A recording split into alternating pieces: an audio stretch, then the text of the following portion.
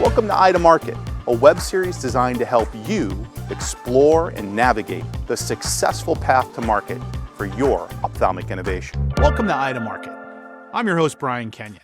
In today's episode, we're going to talk about how to build a fundable business plan. We're going to look to answer questions such as, does my product meet a real clinical need? Do I have a market size, and who does it really benefit?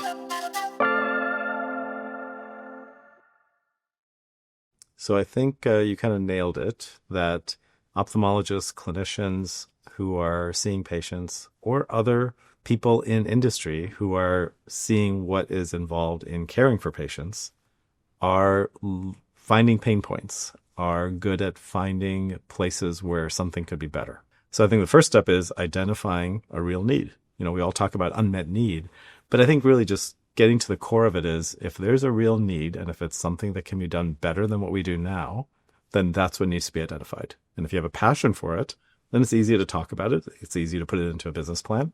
Well, exactly what you just asked in the question is really understanding what are the unmet needs in ophthalmology, specifically for my field. It really starts with that. Is it truly meaningful need, meaningful idea that's going to change patient care? Is it going to potentially address outcomes? That's one question. So when we talk about market size, we all immediately think about, what's the patient volume that's going to benefit, so to speak. So think about numbers of patients that will benefit. But truly is not just about the numbers. You have to think about the ecosystem that is there. The healthcare system, the physicians, the patients, yes, but also ultimately the payers. You have to think about all as a circle in this kind of understanding what is really the number end game there.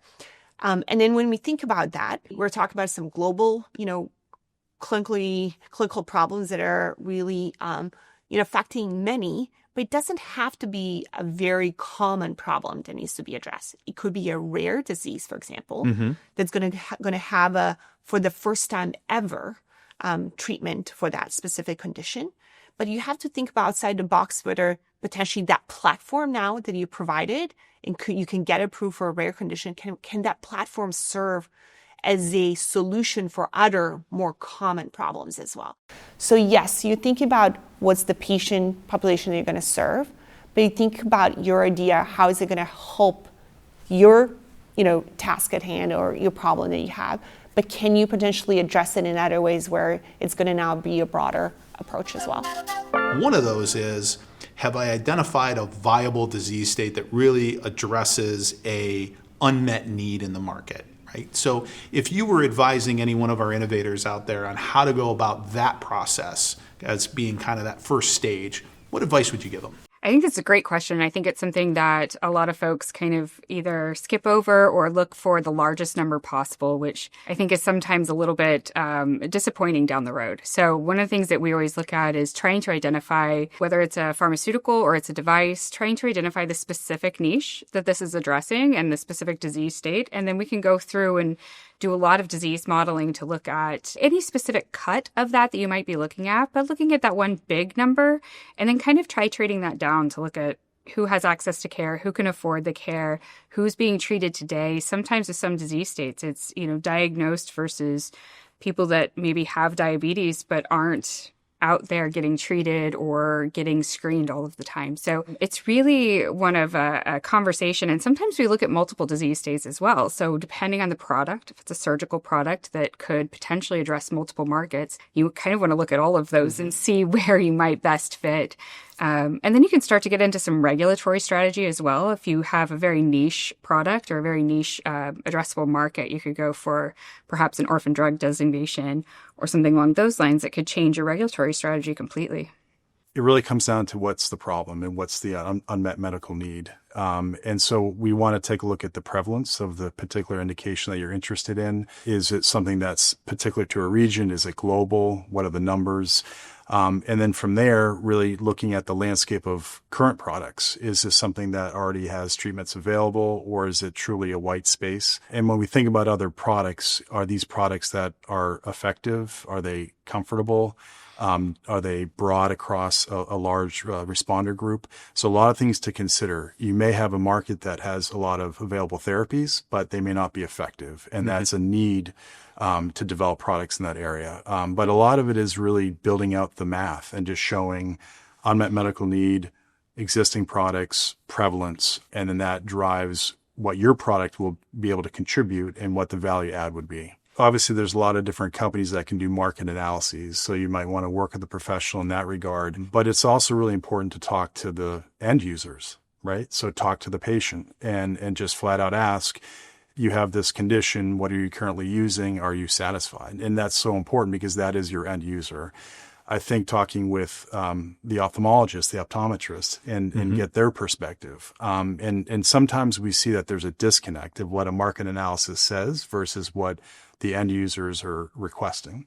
And so it's important to tie the two together and inform yourself well, because at the end of the day, you can have the most exquisite regulatory pathway. You can get a drug approved, but it has to be set up for commercial success. And if you don't think about the commercial success, and that's everything from the target patient population to the endpoint to, all these details, you have to think about that in the very beginning so that you have a successful product at the end. Get people around you that have experience that can help you ask the questions that you don't know to ask. There's a lot of people that have had experience and have brought products to market. There's a lot of clinicians that are in the market that have worked with products over time. They've learned a lot. So take advantage of that. Understand, what are the questions that you need to be asking, and then get a group of people around you that can help you make a decision. Is this the right market to go down? How many people are in the space? Is it one that is patients pay out of pocket? Is it one that's pay or pay that you might have to have someone go through a step through in order to get to your solution? There's a lot of elements, and that's where, as an early innovator, you're probably not an expert in all of the elements that are part of bringing a product to market. So get a good team around you, people that have had experience and know what they're doing. That'd be my advice. Absolutely. And market research is so essential to helping build your story. I definitely say market research, and including not just proving your data, you're getting some data, clinical data, but also your market opportunity. You want to make sure you gather that information. What's the willingness to adopt the product? How is that going to, not only from the customer perspective, but also the patients? And then how is that going to affect the workflow? How am I going to be able to integrate it? Because the end customer is really going to make or break this product in the end of it. If it works, that's fantastic. Of course, that's very helpful. But we want to make sure we're integrating it really well and successfully, and knowing that information up front is going to be really helpful as we build our market. Alan, thank you so much for joining us on this episode as well. I wonder if you'd take a moment and help us understand from your perspective, as we're building our business plan, we're getting to understand if we have a viable product and how to go to the investors. How early should we be engaging with key opinion leaders like yourself to understand our potential place in the market? It's important, and I think startup companies and strategics and device companies and service companies all recognize that this is about the patient and about improving health for others. And so if there is a representative that is, for example, not well represented in our Eyecelerator meetings, it is the patients themselves. But the people that are closest to that are the ones that are taking care of patients, seeing what the unmet needs are, hearing about the issues of what's good and what's bad about our current state of therapy, and engaging different opinion leaders. It doesn't have to be key opinion leaders, but those that are with the patients, I think, is very important, and important to do early. The patient voice, we hear it, we see it, we know about it for certain diseases, but there are other common conditions where the voice of the patient is not as loud, and we need to listen to those voices. The way to do that is to listen to the patients themselves, but also those who care for them. It's fantastic we have that resource available to us, and it speaks to the collaborative nature of the ophthalmic market itself, in that we have this group of clinicians who are more than willing to interact with industry and help to influence decisions going forward. And it's fantastic that Eyecelerator is playing such an active role in that process.